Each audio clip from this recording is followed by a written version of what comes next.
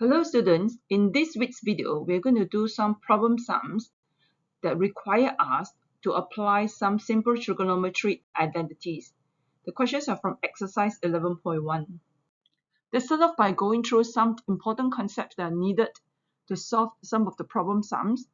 So what are the concepts that are needed? First of all, let's recap on the trigonometric identities. The first one, sine squared theta plus cos squared theta is equals to 1. So sometimes the questions may require you to replace 1 with sine squared theta plus cos squared theta, or sometimes may require you to make cos squared theta the subject, to replace your cos squared theta with 1 minus sine squared theta, or to replace your sine squared theta with 1 minus cos squared theta. So this is your first trigonometric identity. Then of course the second one will be 1 plus tangent squared theta is equals to secant squared theta.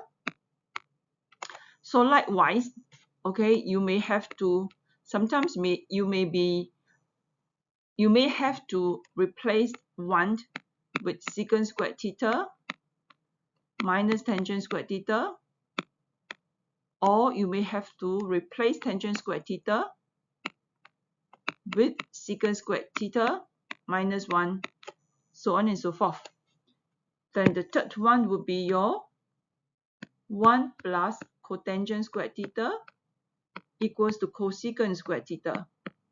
So these are the 3 trigonometric identities that you have you have to remember it, okay, at your fingertips. Okay, what other concepts are necessary? That cotangent theta, all right, is actually, okay, wait, hang on, that you can actually write tangent theta as sine theta over cos theta. And since we know that the cotangent theta is 1 over tangent theta, it is equals to cos theta over sine theta. Right, number 6, secant theta, right, can be represented by 1 over cos theta. How do you remember it? You can just look at the third letter. Right, the third letter that will kind of give you a hint or a reminder how to write it. So for cosecant theta, if you look at the third letter, it's the letter S, so that is 1 over sine theta. Alright, so what other concepts that are important would be the ability to apply the algebraic identities. Right, so what are the algebraic identities that you have learned so far? Yes. Remember your a squared minus b squared. Okay, you can factorize it into a bracket a plus b bracket a minus b. So sometimes you may be asked, not may be asked, sorry. Sometimes you may need to factorize. For example, if a given cosine squared theta minus sine squared theta, then you may have to factorize it into cos theta minus sine theta multiply with cos theta plus sine theta. Okay, right, and of course you should be able to factorize, supposing if you have a squared plus 2ab plus b squared. Okay, do you remember? We can actually factorize this to be bracket a plus b squared. Similarly, you may encounter things like cosine squared theta plus 2 sine theta cos theta, then plus sine squared theta. Then you will need to apply the algebraic identity to factorize it into cos theta plus sine theta to the power of 2. Okay. All right, and a very important skill that I won't call it a concept, but rather it's a skill. It's right. Sometimes you may be given, for example, like 1 plus cos theta over 1 minus sine theta, and you will have to apply what you have learned earlier on in the chapter on sets, right? Remember on chapter on sets that we kind of rationalize it. So sometimes you may need to do something like that, where you multiplied it with 1 plus sine theta over 1 plus sine theta, or it can be you multiplied it with 1 minus sine theta over 1 minus sine theta. All right, so these are the important things that you have to take note of, because we'll be using quite a lot of this to solve the problem in this assignment. Right, let's look at the first question. So you're given the tangent theta equals to 2/3, and the angle theta is between 180 and 270. So 180 and 270, that if you were to remember your ASTC, you start with 0 degree, go on to 90, 180, 270, go back to 360. So between 180 to 270, that will be at your third quadrant. Okay, right, so we're asked to use the identity tangent squared theta plus 1 equals to secant squared theta to deduce the value of cos theta. All right, so how do we do it? Since we're given tangent theta equals to 2/3, then we can actually find tangent squared theta to be 4/9, right? So we're going to substitute that into your tangent squared theta, and let's see what happens. So secant squared theta will be equals to 1 plus tangent squared theta, like what I've mentioned earlier on. Okay, we're going to substitute tangent theta with 2/3, so we have 1 plus square of your 2/3, and that will give you 13/9. And remember the concepts that we have learned earlier, that secant squared theta. All right, secant squared theta means you're taking secant theta multiplied with another secant theta, right? It means it's secant theta bracket to the power of 2, right? So therefore, secant squared theta is basically just 1 over cosine theta multiplied with another 1 over cosine theta, and that gives you 1 over cosine squared theta. All right. Okay, so we're going to do a flip to get cos squared theta equals to 9/13. Right. And cos theta will be positive or negative square root 9/13. So square root 9 will be 3. All right, here we will have to rationalize it by multiplying with square root 13 at the numerator, also at the denominator. All right, so your cos theta can be positive or negative 3 square root 13/13. All right, but let's go back to where the angle theta has to be. If you were to remember what we have mentioned earlier, that your theta will have to come from the third quadrant.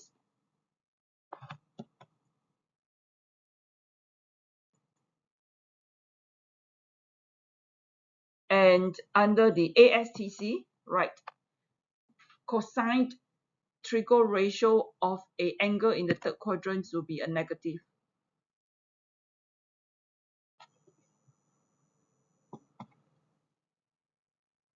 Right, so therefore your cosine theta has it's negative 3 times square root 13 over square root 13/13. All right, because if you look at the ASTC, only the trigo ratio of only the tangent theta in the third quadrant is a positive value, and therefore for cosine should be a negative value here. All right, so for part 2, it says that what happened if supposing your angle theta, is between 0 degrees to 360. If it's between 0 degrees and 360, then we're saying that it can be in the first quadrant, it can be in the second, it can be in the third, it can be in the fourth.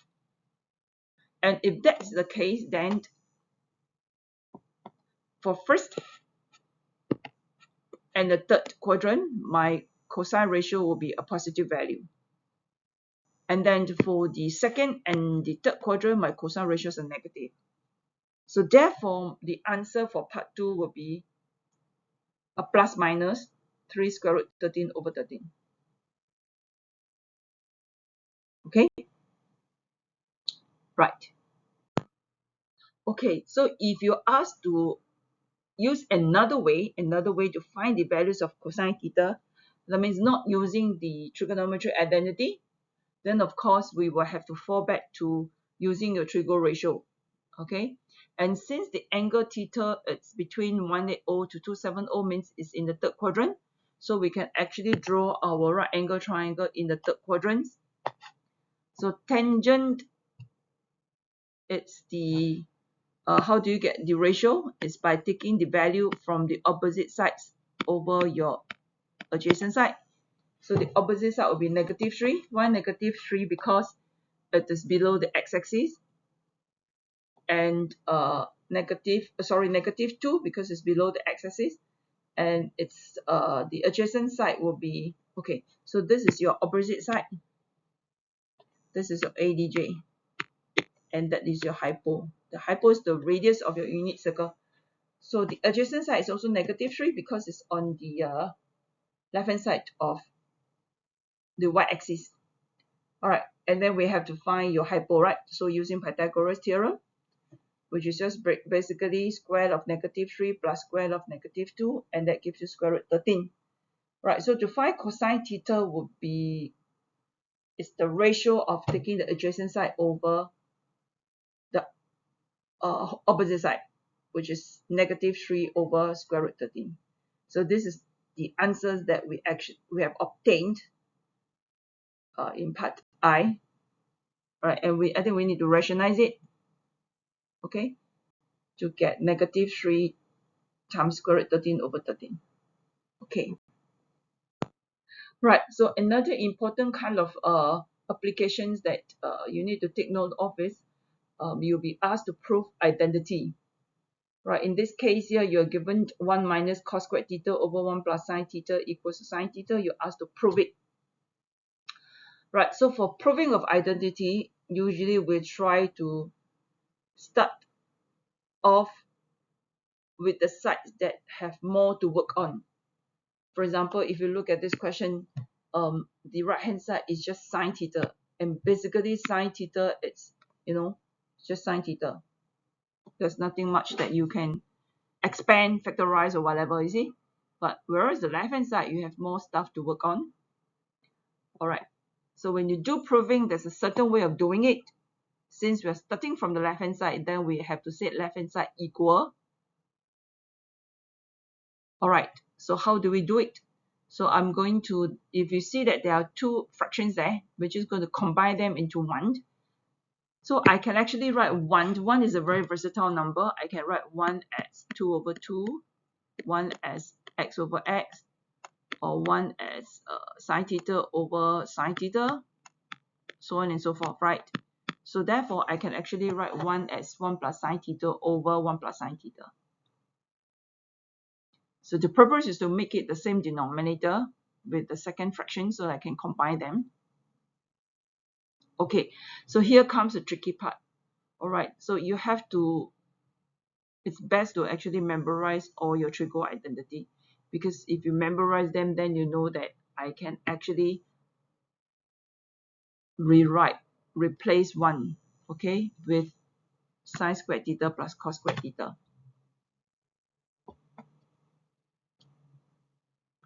Okay, and from there, you can see that I can actually eliminate my cos squared theta. Of course, then you will be asking me, why can't I use this? Why can't I just take secant squared theta minus tangent squared theta?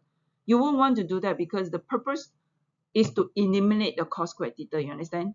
So to eliminate the cos squared theta, then it's kind of makes sense to replace 1 with sine squared theta plus cos squared theta. All right. And we can also see that after eliminating a cos squared theta, sine squared theta and sine theta, there's a common factor, sine theta, where you can factorize it. and of course this and this will gives you 1, and that therefore you end up with sine theta, which is your right hand side, and that's how you prove it. All right, let's look at question 4D. So question 4D, we need to prove another identity, that is tangent theta plus cotangent theta is equals to secant theta times cosecant theta.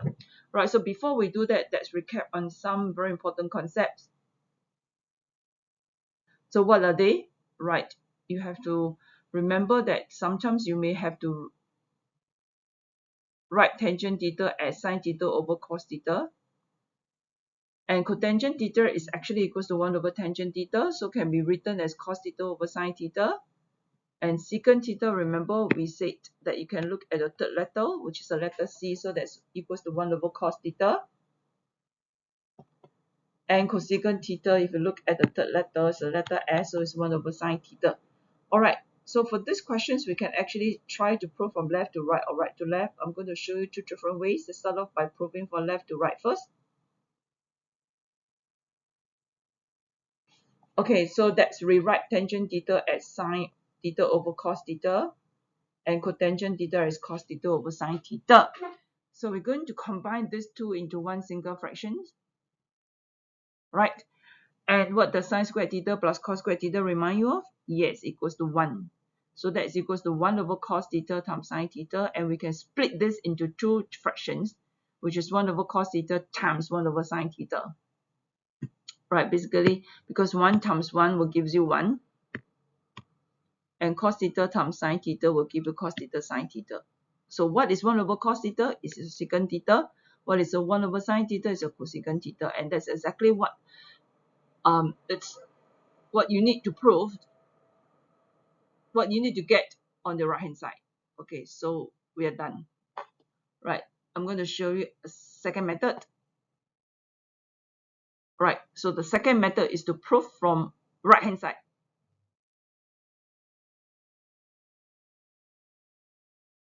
Okay, and that will give you right. So for 1, okay, remember your trigo identity. So 1, we can actually write 1 as sine squared theta plus cos squared theta. And if you can combine 2 fractions, right, if you can combine 2 fractions into 1, then you must also be able to split your 1, remember the partial fractions we learned earlier on? You should be able to split 1 fractions into 2 partial fractions. Okay, in this case here, you can only do it when you have, okay, I need to remind you, you can only split it into 2 fractions when the denominator only has 1 term. It's just that, for example, okay, just that, for example, 2 plus 3 over 4, you can split it as 2 over 4 plus 3 over 4. But if you have 4 over 2 plus 3, then definitely this is not equals to 4 over 2 plus 4 over 3, right? Okay, so we can split this into 2 fractions, and then you can simplify further. Sine squared theta divided by sine theta will give you sine theta over cos theta. Likewise also for the other one, cos squared theta divided by cos theta will just give you cos theta. So from there you can see that it's equals to tangent theta plus cotangent theta, and that is your left hand side. And that's how we do it. Alright, let's look at the next questions. In these questions here, we are given 1 minus a tangent theta equals to secant theta, and b minus cotangent theta equals to cosecant theta. And you're asked to find the values of a, b. Right, so from there, it gives us a hint that to find the values of a, b, give us a hint that we have to make a the subject from the first equation, and then make b the subject from the second equations, and then you just multiply them. Alright, so let's do it. Okay, basically I just multiply by negative throughout to make my negative a tangent theta to be positive. So multiply by negative 1 here, multiply by negative 1, and multiply by negative 1. Alright, so that will give me a to be 1 over tangent theta minus secant theta over tangent theta. Okay, try to simplify it. Okay, don't leave it like that and then multiply with the b. You'll find it's very complicated. So for in order to, for in this chapter, if you want to reduce your pain, all right, it's best to try to simplify as much as possible, okay, before you do further steps. Right, so what do I mean by try simplify as much as possible? So 1 over tangent theta, okay, we can actually write it as cosine theta over sine theta, right? Right, and secant theta, you can write it as 1 over cos theta, divide by tangent theta, which is sine theta over cos theta. Okay, right. So this we can simplify further by changing your division signs to times, and then you flip the sine theta over cos theta.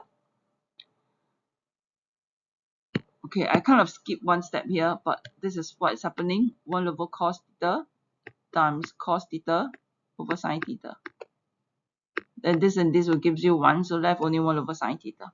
Okay, and then we can still combine them into one fractions because they have the same denominator. So that gives you cos theta minus 1 over sine theta. Okay, so we're going to keep it as is it. Okay, and we're going to work on the second equation. Right, so make B the subject. Likewise, simplified it because cosecant theta can be replaced with 1 over sine theta, and cotangent is cos theta over sine theta. Same denominator, we can just combine them. All right, so now we have values of A, values of B. Now we can multiply them together. Okay, and you see that this is what I mentioned earlier on, your algebraic identity, your A minus B. This will be like something similar to your A minus B and then to your A plus B, right? So when you multiply them together, you should get A squared minus B squared, right? So you should get cosine squared theta minus 1 for the numerator.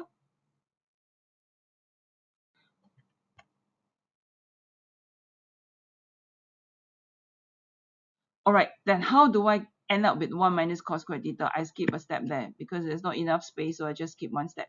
Because sine theta times sine theta actually will give you sine squared theta, right?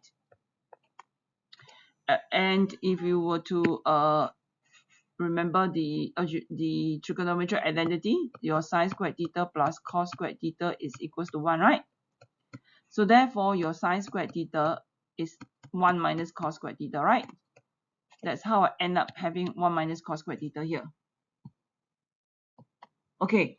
Oh, right. Wait, hang on. I just realized that I don't want to expand this. Because what happened is, if you look at the denominator, 1 minus cos squared theta, I can factorize it into 1 plus cos theta times 1 minus cos theta. Yes. And then we can do some simplifications. Cos theta plus 1 is the same as 1 plus cos theta. So this and this can goes off. So therefore, you end up getting cos theta minus 1 over 1 minus cos theta. And we can actually factorize negative out from your cos theta minus 1. Okay, factorize negative out. Negative times 1 will give you negative 1, right? Negative times minus cos theta will give you cos theta. All right, why do you want to do that? So that I can take your numerator and divide by your denominator to get 1. So 1 times negative will give you negative 1. So that's the answer for AB.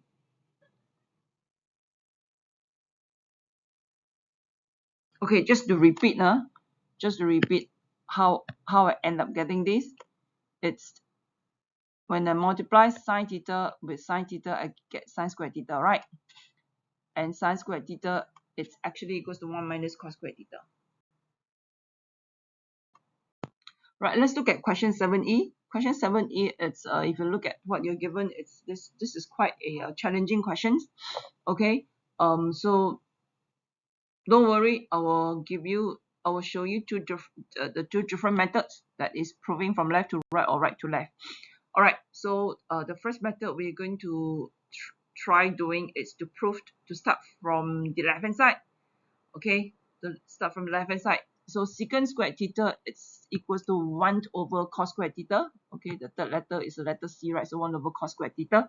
Oh, sorry, 1 over cos squared x. and tangent x is just sine x over cos x. Okay, now so here I'm going to teach you a trick that's very useful, very useful really. You look at the denominator. Okay, the denominator here is cos squared theta, cos squared x. Here is also cos squared x. Okay, so what I'm going to do, I'm just going to multiply with, okay, cos squared x at the numerator, also multiply with cos squared x at the denominator. See why. Look at what I put here. I actually put a bracket here. When I put a bracket here means I multiply every term. Okay, every term. I don't just multiply 1 over cos squared x with cos squared x. Okay, I need to multiply every term at the numerator. That includes the number 2. That's why I bracket the whole thing. Right? That's very important. So you end up getting 2 cos squared x. Okay, when you take 2 times cos squared x will give you 2 cos squared x, right? And 1 over cos squared x times cos squared x, basically that will give you 1. So you end up having 2 cos squared x minus 1 at the numerator, and the denominator will be 1 over cos squared x times cos squared x will give you 1.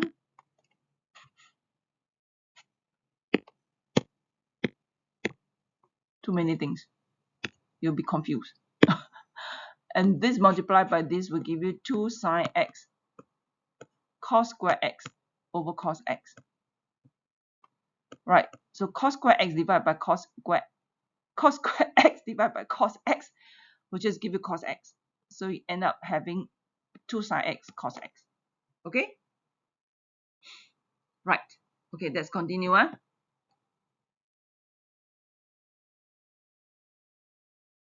Okay, so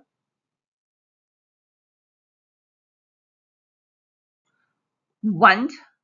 Alright, remember your trigonometry identity? Sine squared x plus cos squared is equals to 1.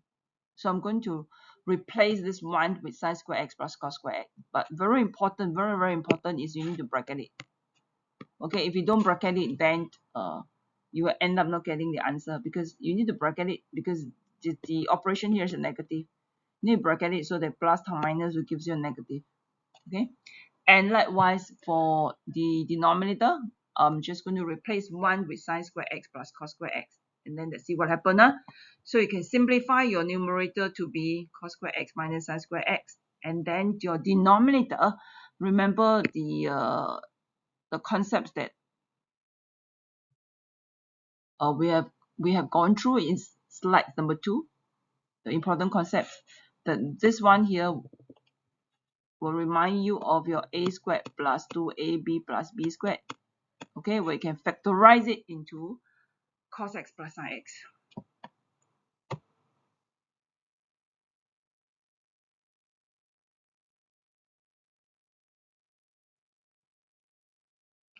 And of course, your cos squared x minus sin squared x, you can factorize it. It will remind you of your a squared minus b squared, right? Where you can factorize it to be a plus b times a minus b, right?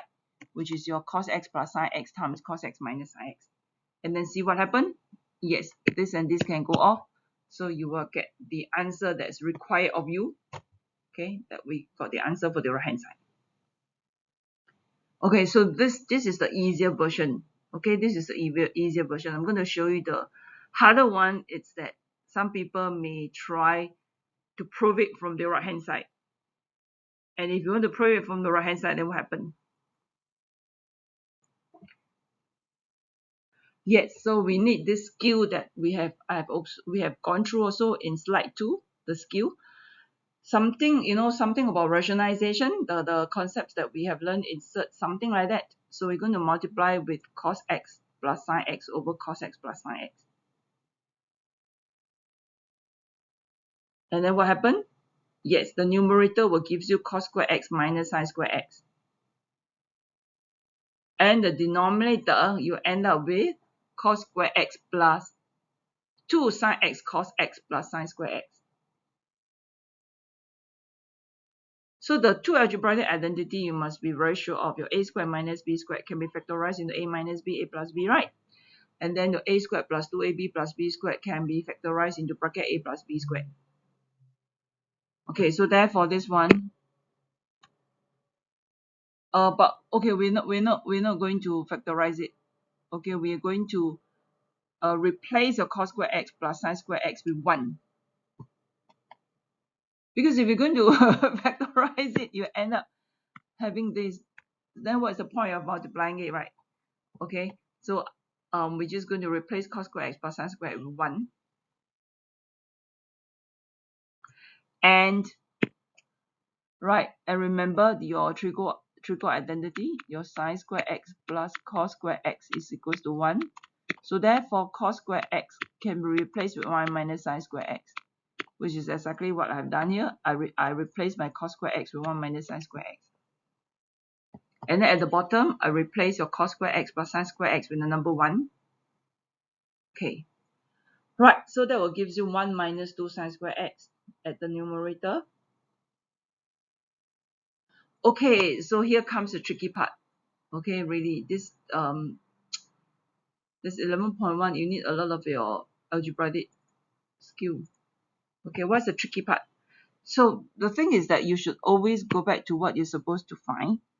And if you look at what you're supposed to find, right, what's supposed to prove, right, see that I'm supposed to have a secant square x, which is 1 over cos square x. 1 over cos square x. So that gives you an idea that, I think I must multiply with 1 over cos square x. At the numerator, also at the denominator. Right. So that I can get secant square x, ma. You understand what I'm saying? Okay, if you don't understand, let's see what happened. I'm just going to multiply the numerator, all the terms in the numerator with 1 over cos square x, and all the terms at the denominator with 1 over cos square x, and let's see what happened. Okay, right. So 1 times 1 over cos square x will give you 1 over cos square x, right? This one times 1 over cos square x will give you 2 sin square x over cos square x. Right, this will give you 2 sin square x over cos square x, right? And sin square x over cos square x is your tangent square x. Okay? That is your numerator. Let's look at the denominator. Denominator, you have 1 over cos square x times 1, so give you 1 over cos square x. And then this guy times cos square x, times 1 over cos square x will give you 2 sin x over cos x.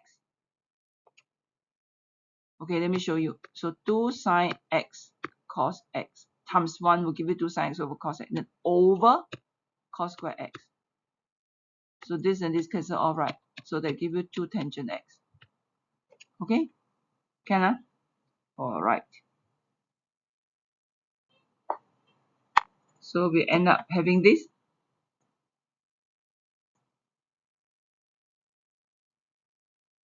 So 1 over cos square x is your secant square x.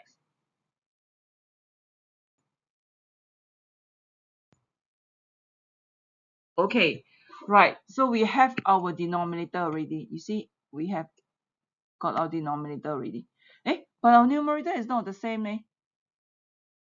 Yeah, so we need to use the identity, the 1 plus tangent square x equals to secant square x, the identity. All right. I'm going to make tangent square x a subject. So tangent square x will be secant square x minus 1. So I'm going to replace my tangent square x with secant square x minus 1.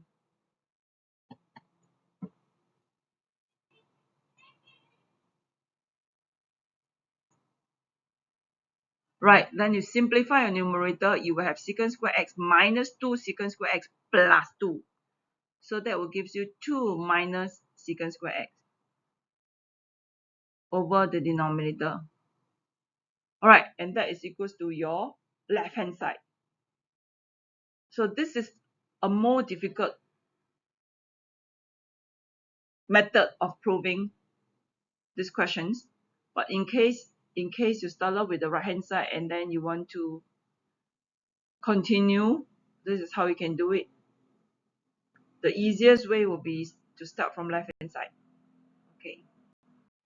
Right, let's look at another question, 7F. Okay, I hope you have already got the hang of it. Right. Again, I'm going to show you two different ways of doing it. Let's start off with left hand side. Alright, so you have something squared minus something squared. So that remind you of your algebraic identity. That remind you of your a squared minus b squared. So it can be factorized into a plus b times a minus b. Right. And cotangent x. Okay, cotangent x, you can write it as cos x over sine x. And cotangent y, can write it as cos y over sine y, and so on and so forth, right? And what is the usual trick that we do? Yes, we usually try to combine them into one single fractions.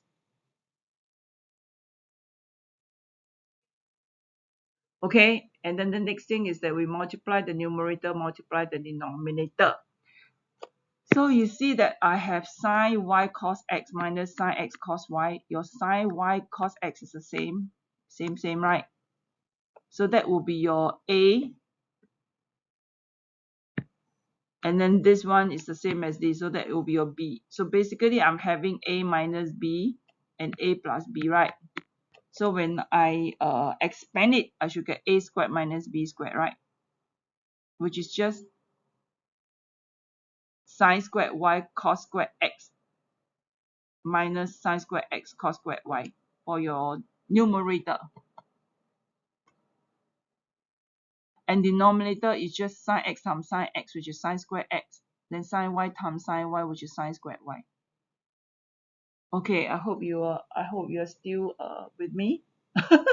Okay, let's look at what you're supposed to get at the right hand side. You're supposed to have a cos squared x there, which means I would have to write my sine squared y as 1 minus cos squared y. Okay?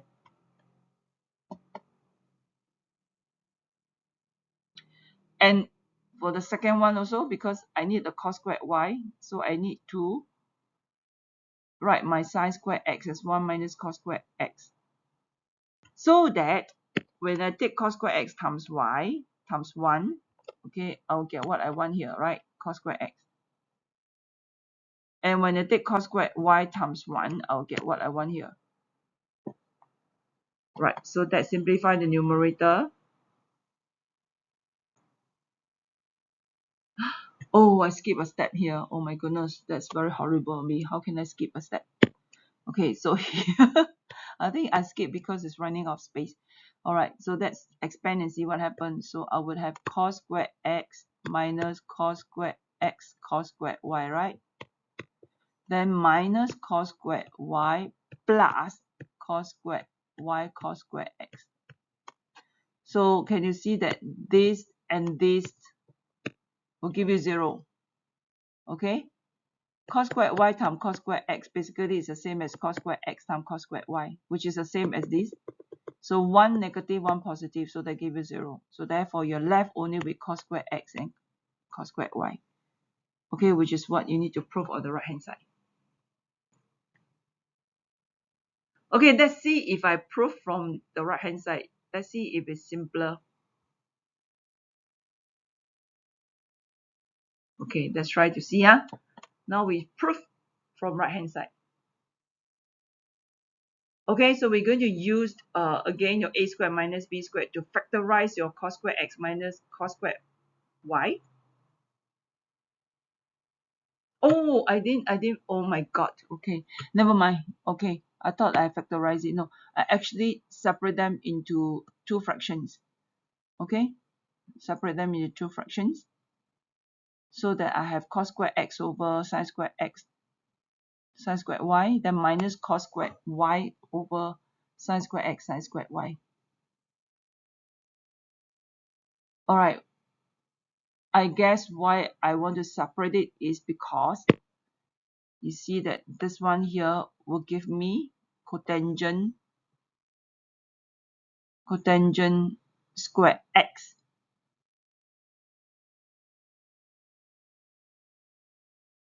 And then 1 over sine squared y will gives you cosecant squared y. So likewise for this, cos squared y over sine squared y will gives you my cotangent squared y. And 1 over sine squared x will be cosecant squared x. Okay, so we're not done yet because I need to get rid of my cosecant squared y, right? So if you were to remember your identity, 1 plus cotangent squared y is equals to cosecant squared y. So I'm going to replace my cosecant squared y with 1 plus cotangent squared y.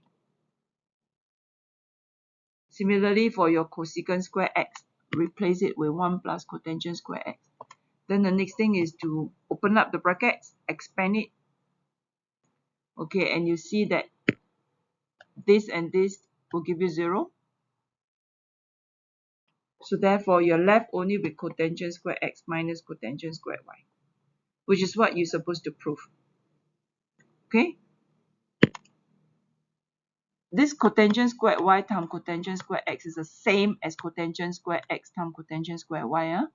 That's why it's the same as this term here. So one positive, one negative, so become 0. All right. So basically, it's not difficult. Okay? It just boils down to using the concepts of your algebraic identity. A squared minus b squared can be factorized into a minus b times a plus b, and you'll be able to like split one fraction into 2 partial fractions, or get 2 partial fractions, you must know how to combine them into one single fraction. And then of course you must be able to play with your algebraic identity, writing one form as another form. And to do that means you need to memorize the identities. You need to know all these identities at the fingertips. Then that's how you can play around with it. Okay, so let's look at question 8. Actually, question 8 is much simpler than the earlier questions. So I'm not too sure why is question 8 an intermediate questions. Yeah, for question 8 is really so much more manageable. So you'll be happy to do question 8. Right, so you're given an equation, something equals to something. So you think of it in terms of algebra. If you have something equals to something, usually what do you do? What kind of shortcuts will you do? Yeah, you do this thing called the cross multiply, right? Okay, which is a favorite of many students. All right, so we're going to do that. We're just going to cross multiply. Okay, so I'm just going to take 5 times all the terms here equals to 4 times all the terms here. So I would have 5 sine theta minus 5 cos theta equals to 4 sine theta plus cos theta. Okay, I'm going to put all my sine theta on one side and all the cos theta on the other side. Okay, so here you see, the thing is that here, if we do not know that tangent theta is equals to sine theta over cos theta, all right, if you do not know this, then you wouldn't know how to continue from here. So therefore, you need to know all these concepts. Okay, you need to remember all these concepts. These are like all your, your ingredients for your cooking or your equipments, for whatever, or, your building blocks. Okay, right. So I'm going to get tangent theta from here. And how do I get tangent theta from here? It's by dividing cosine theta on both sides. Right. So that's how I get tangent theta on the left equals to 9. Okay, so with that, I'm able to find tangent squared theta, which is 81. And I can just substitute into whatever that I'm given there. And just use your calculator. Okay, you use calculator. If you really want to exercise your brain, the calculations, then you just go ahead. Otherwise, you can just use your calculator to get 41 over 40. And yes, this question is really very manageable. So I hope of all the questions, if you can't do this one, find success in it. Okay, the last question is also very manageable. So I'm not too sure what is this called an advanced question. Okay, never mind. Right. So how manager is manageable? Okay, I'm not going to show you how to prove from right to left. Okay, I'm not that good. Basically, you only have two terms on the right hand side. I don't know how to manipulate it to get 1, 2, 3, three terms on the left hand side. So I'm going to just show you how to prove it from the left hand side.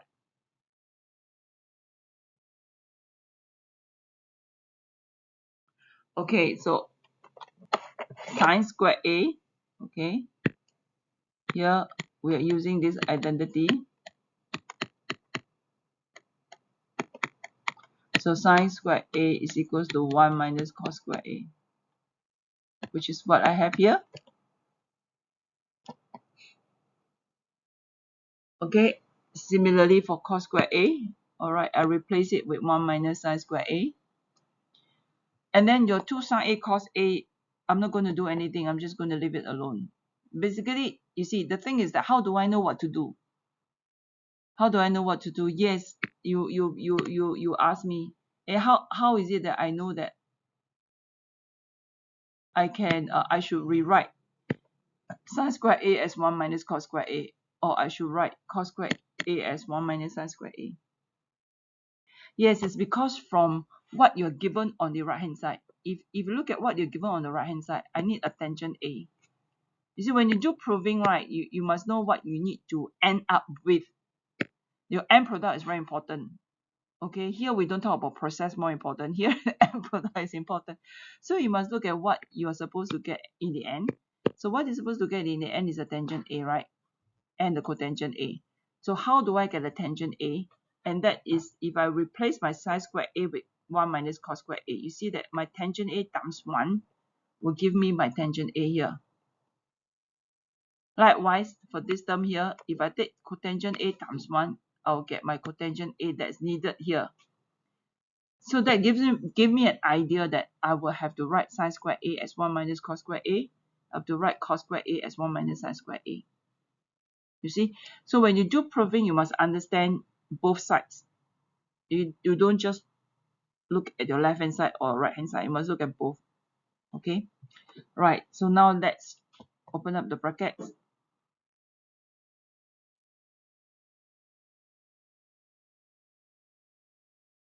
Alright, so now we know that I have my tangent A already and my cotangent A. The next thing is that how do I manipulate this? Because basically this have to be all gone. Right. So tangent A, we can write it as sine A over cos A.